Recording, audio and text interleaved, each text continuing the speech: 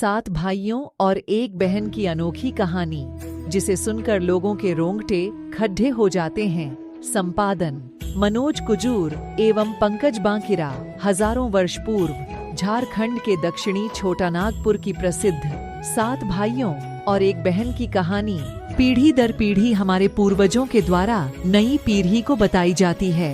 इस कड़ी डीडीछी में हमारे बुजुर्गों द्वारा यह कहानी मैं भी सुनता आ रहा हूँ, जिसके अवशेष आज भी छोटा नागपुर की धरती पर मौजूद हैं, जो झारखंड राज्य के रांची जिले में स्थित बुढ़मू प्रखंड के गिंजो ठाकुर गांव नामक गांव में बिंदु टोंगरी के नाम से काफी प्रसिद्ध है। सौभाग्यवश मेरा पैतृक घर वहां से 15-20 किलोमीटर की दूरी पर ही है। मुझे जब पता चला कि मेरी दादी और दादाजी जिस कहानी को सुनाया करते थे, उसके अवशेष आज भी मौजूद हैं, तब से मुझे उक्त स्थल में जाने की तीव्र लालसा होने लगी थी। जब मैं उस स्थान पर गया तो एक बुजुर्ग, जिनका नाम मुन्नीलाल था, के द्वारा मुझे पूरे बिंदु टोंगरी का भ्रमण कराया गया और इस कहानी से संबंधित सारे अवशेषों को दिखलाया गया एवं इस कहानी की संपूर्ण जानकारी विस्तार से बतलाई गई। उन्होंने उस स्थान को भी दिखाया जहां 7 भाइयों ने अपने अपने तीर को धार प्रदान किया था और अपनी बहन पर तीर चलाया था।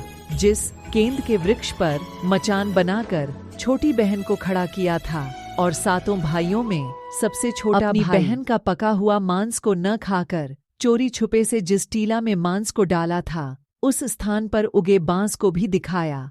वह बांस बुदा आज भी उसी स्थान पर मौजूद है। डैडी छोटा कुआं पानी लाने के लिए जिस डैडी छोटा कुआं का प्रयोग हुआ था, वह डैडी आज भी है, जिसका वर्तमान समय में सौंदर्यीकरण कर दिया गया है। यह सतयुगी कहानी इस प्रकार है। एक राजा के 7 बेटे और एक बेटी थी, जो खुशी खुशी अपना जीवन बिता रहे थे। 7 भाई बहनों में एकलौती छोटी बहन बहुत ही शांत स्वभाव, आज्ञाकारी एवं संस्कारी थी। उनमें सबसे बड़े भाई का विवाह हो चुका था। 7 भाइयों में सबसे छोटा भाई एक आंख से अंधा था। छोटे भाई के दिल में अपनी इकलौती बहन के लिए बड़ा प्यार एवं लगाव था। एक देकर घर से निकलते हैं। 7 राजकुमार की बहन अकेले घर पर खुशी खुशी सबके लिए खाना बनाने के लिए जंगल से सरौटी साग को तोड़कर लाती है और बड़े प्यार से सरौटी साग की सब्जी बनाने से पहले बैठी सब्जी फल आदि काटने का औजार से साग को काटने लगती है। इसी दौरान वह अपनी उंगली भी काट बैठती है और रक्त की एक तेज धार निकलने लगती है, जिससे उसका पूरा हाथ खून खून हो जाता है। तब राजकुमारी सोचने लगती है कि क्या करूं? अगर घर के दीवार में खून को पोंछूंगी तो भैया लोग देख लेंगे और चिंता करेंगे, और यदि अपने कपड़े में पोंछूंगी तो भाभी खून लगा कपड़ा देखकर माहवारी समझ खाना नहीं खाएंगी। राजकुमारी इस डर से सब्जी पकाने वाले छाता साग में सारा खून को पोंछकर खून को बहने से रोकती है। फिर इसी खून लगे साग को सब्जी बनाती है। जब उसके सारे भाई और भाभी अपने खेतों से लौटते हैं तो छोटी बहन हमेशा की तरह सभी के लिए साफ थाली में खाना और मिट्टी के लोटे में पीने के लिए पानी देती है, और सभी एक साथ खाना खाते हैं और पके हुए साग को खाकर खाने की जमकर तारीफ करते हैं। और वे सब अपनी बहन से पूछते हैं कि बहन, तुम्हारे द्वारा बनाया हुआ यह साग बहुत बार खाए हैं, परंतु आज की बनी सब्जी का स्वाद बहुत ही अद्भुत लगा। बताओ ना, कैसे और क्या क्या मिलाकर इतना स्वादिष्ट सब्जी बनाई हो? पहले तो राजकुमारी डर से सहम गई कि कहीं भाइयों को पता न चल जाए कि मेरे हाथ की उंगली कट गई है। फिर वह थोड़ा सोचकर बोलती है कि कुछ नहीं भैया, जैसा हमेशा की तरह सब्जी पकाती हूँ वैसे ही तो बनाई हूँ। राजकुमारी अगले दिन 7 भाइयों के अनुरोध पर फिर से एक बार वही छाता साग की सब्जी बनाती है, परंतु भाइयों को पिछले दिन के जैसा स्वाद नहीं मिलता।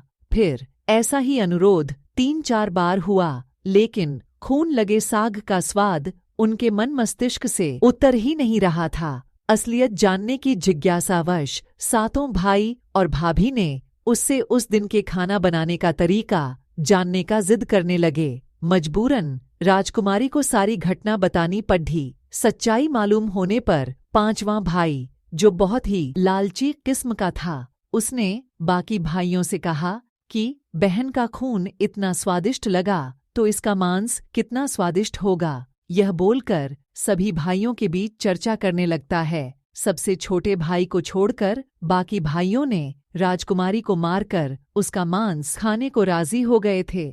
मांस खाने की सोचकर उन सभी के मुंह से लार टपकने लगता है।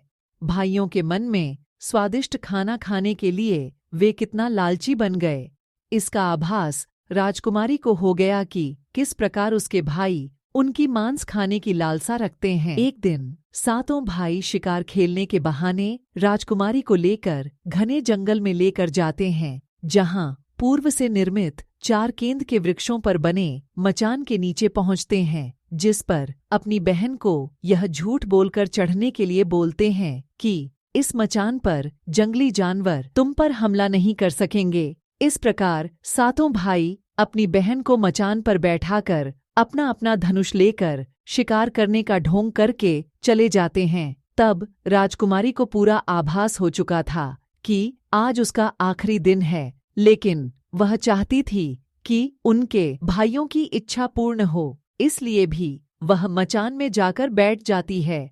केंद के वृक्ष के साथ में बांस का बुदा, फिर सभी भाई केंद के वृक्ष पर बने मचान से कुछ दूरी पर स्थित टोंगरी छोटा पहाड़ पर अपने अपने धनुष बाण के साथ पहुंचते हैं और एक चट्टान पर बारी बारी से अपने बाणों को तेज धार प्रदान करते हैं। टोंगरी के ऊपर सबसे पहले बड़ा भाई अपने तीर को चट्टान में धार करता है और अपनी बहन पर धनुष से निशाना लगाकर तीर छोड़ता है। तभी राजकुमारी पूरी बातों को समझ जाती है कि भाइयों का क्या इरादा है और अपनी मातृभाषा में गीत को गाने लगती है। बिंधु बिंधु दादा छाती ताइक ताइक, अर्थात जान से मारना ही है दादा साहब तो तीर को सीधे मेरे छाती में वार करो, इधर उधर तीर क्यों चला रहे हो। फिर सभी भाई बारी बारी से अपने तीर के धार को तेज करते हैं और राजकुमारी पर निशाना लगाकर तीरों को छोड़ते हैं।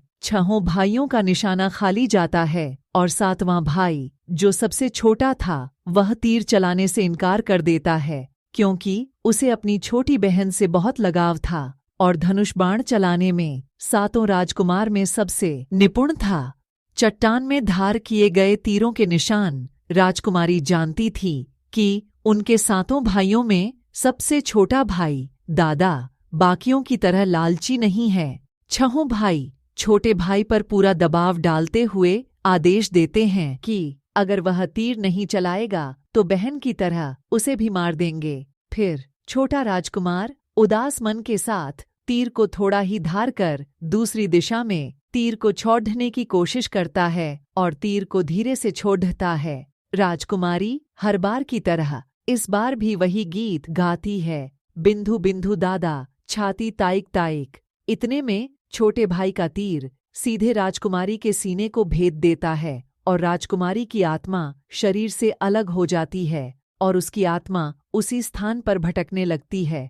तभी वह देखती है कि उसके शरीर का मांस खाने के लिए उसके भाई कैसे लालच करते हैं और सबसे छोटे राजकुमार को जबरदस्ती मारपीट कर उसके शरीर को काटने का आदेश देते हैं। बहन के मांस को पकाने के लिए बहुत सारी सूखी लकड़ी लाने के लिए छोटे राजकुमार को जंगल भेजा जाता है। छोटा भाई जंगल में खोज खोज कर ढेर सारा लकड़ी जमा करता है और सोचता है कि कैसे इतना सारा लकड़ी को ले जाऊंगा। दादा जो रस्सी दिए हैं वो भी 7 टुकड़ों में दिए हैं, उन्हें जोड़ने पर भी यह रस्सी इन लकड़ियों को नहीं बांध पाएगा। देर होने के डर से राजकुमार उदास होकर रोने लगता है और उसकी आंखों से आंसू धरती में गिरने लगता है। वह अपनी बहन को याद करके रो ही रहा होता है कि तभी एक नाग देवता वहां आते हैं और पूछते हैं कि क्यों रो रहे हो राजकुमार। वह इधर उधर देखता है किंतु कोई भी नजर नहीं आता है। फिर राजकुमार को नाग देवता दिखते हैं और राजकुमार नाग देवता को अपनी पूरी आपबीती सुनाते हैं। फिर नाग देवता उसे कहते हैं कि मैं लकड़ी में रस्सी की भांति लिपट जाता हूँ और तुम जैसे ही लकड़ी वहां रखोगे तो मैं धीरे से निकल जाऊंगा। और राजकुमार ऐसा ही करते हैं। सभी बड़े भाई यह देखकर चकित रह जाते हैं कि कैसे उनका छोटा भाई रस्सी के 60 टुकड़े होने के बावजूद भी जंगल से इतना सारा लड़की लेकर आता है। तत्पश्चात वे लोग अपने छोटे भाई को पानी लाने के लिए एक घड़ा में 7 छेद कर भेज देते हैं। छोटा राजकुमार पानी लाने के लिए एक डाड़ी छोटा कुआं में जाता है और घड़े में पानी भरता है, परंतु उसमें छेद होने के कारण सारा पानी गिर जाता है और राजकुमार वहीं बैठकर सोच सोच कर रोने लगता है कि बिना पानी के वापस जाऊंगा तो बड़े भैया लोग मारपीट करेंगे। यह सारी घटना को दाढ़ी के मेंढक, केकड़ा और मछली सुन व देख रहे थे और वे तीनों राजकुमार को रोता देखकर पूछते हैं कि क्यों रो रहे हो। फिर राजकुमार उन्हें अपनी आप बीती को विस्तार से बतलाता है और कहता है कि मैं अपनी प्यारी बहन के शरीर का मांस कैसे खा सकता हूँ, नहीं खाऊंगा तो बड़े भैया लोग मारपीट करेंगे।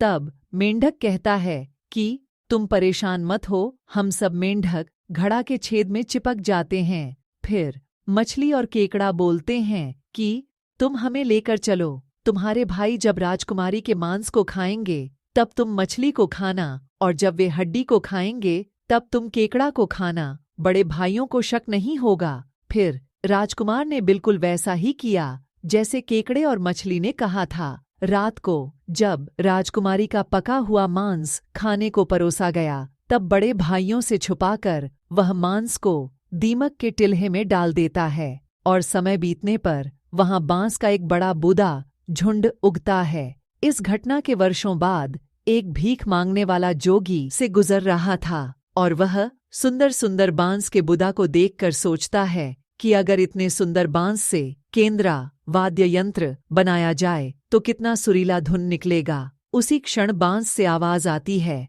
ना काट काट रे जोगी, ई तो लागे भैया रोपल बांस। जोगी फिर भी बांस को काटता है। जोगी इसी उद्देश्य से एक मोटा बांस का टुकड़ा काट कर ले जाता है कि इस बांस का आवाज इतना सुंदर है, यदि केंद्रा बनाएंगे तो कितना मधुर आवाज निकलेगा। और जोगी इस बांस से एक सुंदर केंद्रा का निर्माण करता है। इस केंद्रा से इतनी मधुर ध्वनि निकलती है कि जोगी जहां जहां भी इसे बजाता है, इसके ध्वनि से लोग मंत्रमुग्ध हो जाते थे। एक दिन जोगी घूमते घूमते बड़े राजकुमार के घर पहुंचता है और अधिक धन के लालच में जोगी जोर जोर से केंद्रा बजाना शुरू करता है, परंतु इस बार केंद्रा का मीठा सुरीला स्वर कर्कश हो जाता है और जब भी जोगी कुछ नया धुन बजाने की कोशिश करता है, बार बार एक ही धुन निकलता है, ना बाज रे केंद्रा, ई तो लगो मोर दुश्मन कर घर। बार बार यही धुन निकलने पर बड़ा राजकुमार मारपीट कर जोगी को अपने घर से भगा देता है। ऐसे ही घूमते घूमते जोगी हर भाई के घर जाता है, लेकिन हर बार की भांति वही धुन, ना बाज रे केंद्रा, ई तो लगो मोर दुश्मन कर घर बजाता है। यह धुन सुन सारे भाई जोगी को डांट डपट कर भगा देते हैं। सबसे अंत में जोगी छोटे राजकुमार के घर पहुंचता है। छोटे भाई के घर के आंगन में प्रवेश करते ही केंद्रा खुद ही बजने लगता है। जोर जोर से बाज रे केंद्रा, ई तो लगो मोर छोट भैया कर घर। बड़ा ही मधुर मीठे स्वर का धुन सुनकर छोटा राजकुमार चंद्राकर मोहित हो जाता है और यह धुन सुनकर छोटे राजकुमार से रहा नहीं गया और जोगी से केंद्र की मुँह मांगी सोने की मोहरें देकर उसे खरीद लेता है तथा जोगी को अच्छे से मेहमान नवाजी कर अच्छे से विदा कर दिया जाता है। धीरे धीरे समय बीतता है और छोटे राजकुमार अपने काम से कुछ दिनों के लिए बाहर जाते हैं। जब वह वापस लौटता है तो देखता है कि उसका कमरा बहुत सुंदर ढंग से सजा हुआ है और घर के सारे बर्तन अच्छे तरीके से रखे हुए हैं। तब छोटा राजकुमार सोचता है कि हमेशा मेरे कमरे की साफ सफाई घर के नौकर करते हैं, लेकिन कभी भी इतना सुंदर सजाया नहीं गया है। फिर राजकुमार अपने नौकरों से पूछताछ करते हैं कि मेरे कमरे को इतना सुंदर किसने सजाया है। नौकरों के मना करने पर राजकुमार सोचते हैं शायद कोई भाभी आई होगी और मेरे कमरे को सजाकर गई होगी। जब भी राजकुमार घर से बाहर काम के लिए जाते, यही घटना हर बार देखने को मिलती और लगातार होने के कारण राजकुमार के मन में जानने की जिज्ञासा उमड़ने लगी कि आखिर मेरे घर को इतने सुंदर ढंग से कौन सजावट करता है। वह अपने भाइयों तथा भाभियों से भी पूछता है और वे लोग भी सजावट करने की बात से साफ मना कर देते हैं। एक दिन राजकुमार सच्चाई पता लगाने के लिए किसी काम का बहाना कर बाहर जा रहे हैं, बोलकर निकलते हैं और छुपकर पुनः वापस आकर अपने कमरे में रखे खजूर के गोल मोड़े हुआ चटाई के अंदर छुप जाते हैं। कुछ समय इंतजार के बाद राजकुमार देखते हैं कि एक खूबसूरत सी लड़की केंद्रा से निकलकर कमरे के अंदर आती है और सारे कमरे की साफ सफाई कर वापस उसी केंद्रा में समा जाती है। यह देख राजकुमार की आंखें खुली की खुली रह जाती है, चूंकि उस लाडक्की की शक्ल राजकुमार की छोटी बहन के जैसी ही होती है। राजकुमार अगले दिन फिर से एक बार उसी प्रकार छुप जाते हैं और जैसे ही वह सुंदर लाडक्की पूरे कमरे की साफ सफाई का काम खत्म कर वापस केंद्रा में जाने वाली होती है, तब छोटे राजकुमार उस लड्ढकी का हाथ पकड़ दाच लेते हैं और तुरंत केंद्रा को जला देते हैं, जिसके बाद वह लड्ढकी हमेशा के लिए मानव रूप में परिवर्तित हो जाती है और दोनों भाई बहन खुशी खुशी अपना जीवन जीते हैं। आज भी हर गांव में आषाढ़ी पूजा के दिन बकरा कटता है और पूरे गांव के घरों में प्रसाद स्वरूप बकरा का मांस खाया जाता है और सतबैनी नामक पूजा स्थान पर वहीं सरौटी साग को चढ़ाया जाता है।